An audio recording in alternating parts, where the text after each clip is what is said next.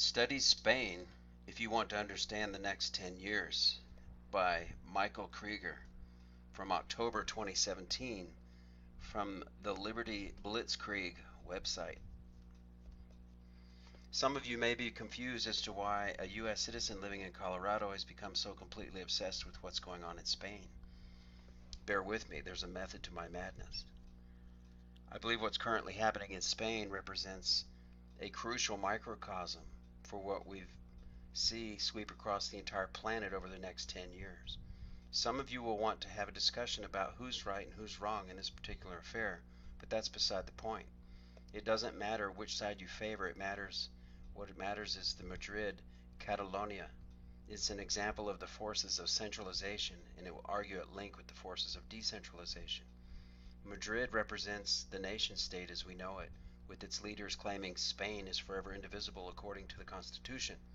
Madrid has essentially proclaimed there's no possible avenue to independence from a centralized Spain, even if various regions decide in large number they wish to be independent.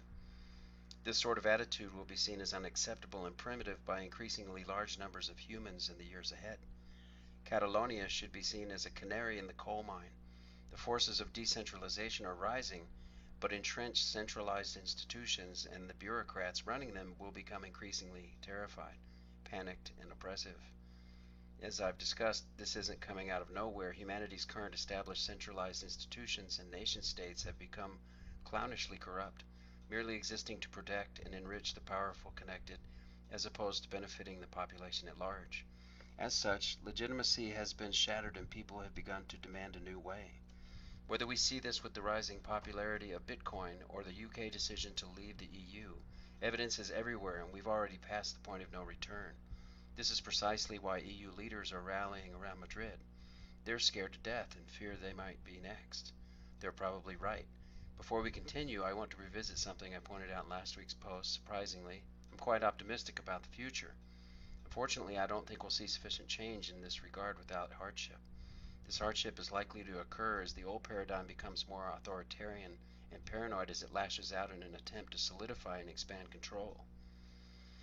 Of course, we're already seeing this around us, but it's likely to get even worse in the years ahead. Don't be afraid of it. Understand that it's coming and accept this as part of the change process. Did you think control freak authoritarians would give up without a fight? If you want to see how a control freak authoritarian responds to a situation, just look at how Spanish Prime Minister Mariano Rajoy in the above image has responded to Catalonia. People like him simply can't help themselves. It's in their nature and they know it's the fist of violence. As I noted in last week's post on the topic, those in favor of Catalan independence have thus far played the situation flawlessly. For this to turn out positively for the forces of decentralization, the Spanish authorities must be encouraged to act increasingly thuggish, which will in turn bolster more and more popular support for independence. This has already started to happen, and this will likely accelerate in the weeks ahead as Rajoy is about to make the biggest mistake of all by activating Article 155. It's really important to understand how irresponsibly aggressive Madrid is about to become before moving on.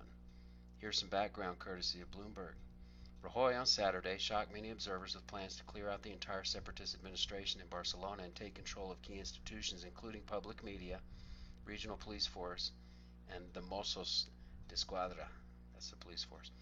Spain's police squadron. Spain's chief prosecutor said that if Puigdemont declares independence, he would face as much as 30 years in jail and signaled that he could be arrested immediately. Catalan government officials and many within the Mossos and Catalan media are not just going to stand down without a fight, said Caroline Gray, a lecturer in politics and Spanish at Aston University in the UK, who specializes in nationalist movements. The big question for me really is how Madrid is actually going to implement its proposed actions in Catalonia. Rajoy is wielding the untested powers of Article 155 of Spain's 1978 Constitution to try to impose central government control on Catalonia. The aim ultimately is to bigger regional elections within 6 months. Madrid is making a mistake of enormous historical significance here. First, you don't need to be a genius to see that him forcibly taking over control over key aspects of Catalan civil society will only make the independence movement grow in strength, passion, and numbers. Second, Does Rajoy really think he's going to be able to make this happen without enormous amounts of civil unrest? Not a chance. Here's some of what's already being planned, according to Bloomberg.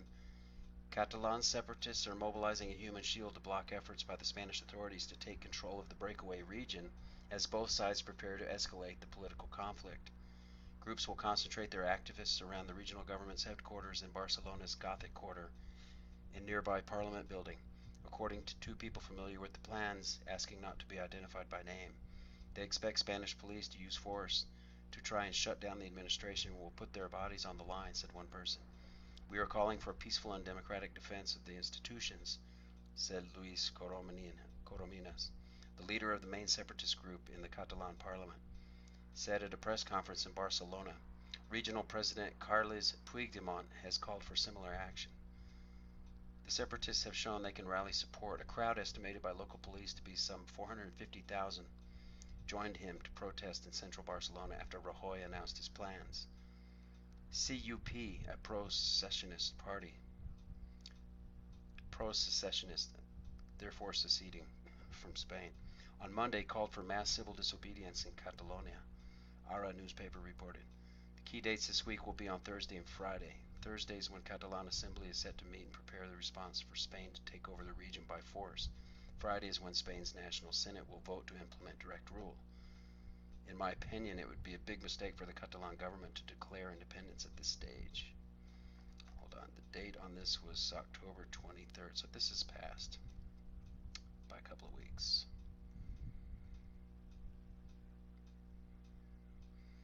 Terms like peer-to-peer distributed direct democracy will become increasingly ubiquitous as we begin to lay down the foundations for a far less top-down, centralized, and authoritarian approach to human affairs. This isn't to say the process will be easy or smooth, but that's where I think all of this is headed.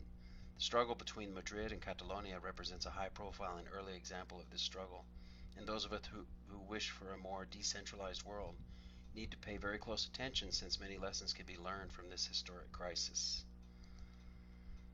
Thank you for coming to Plain Mundane Show, hearing this article about Catalonia, the question for its independence from Spain. Please hit like and subscribe and ring the bell for notifications. I'm Alex Aquarius. Adios.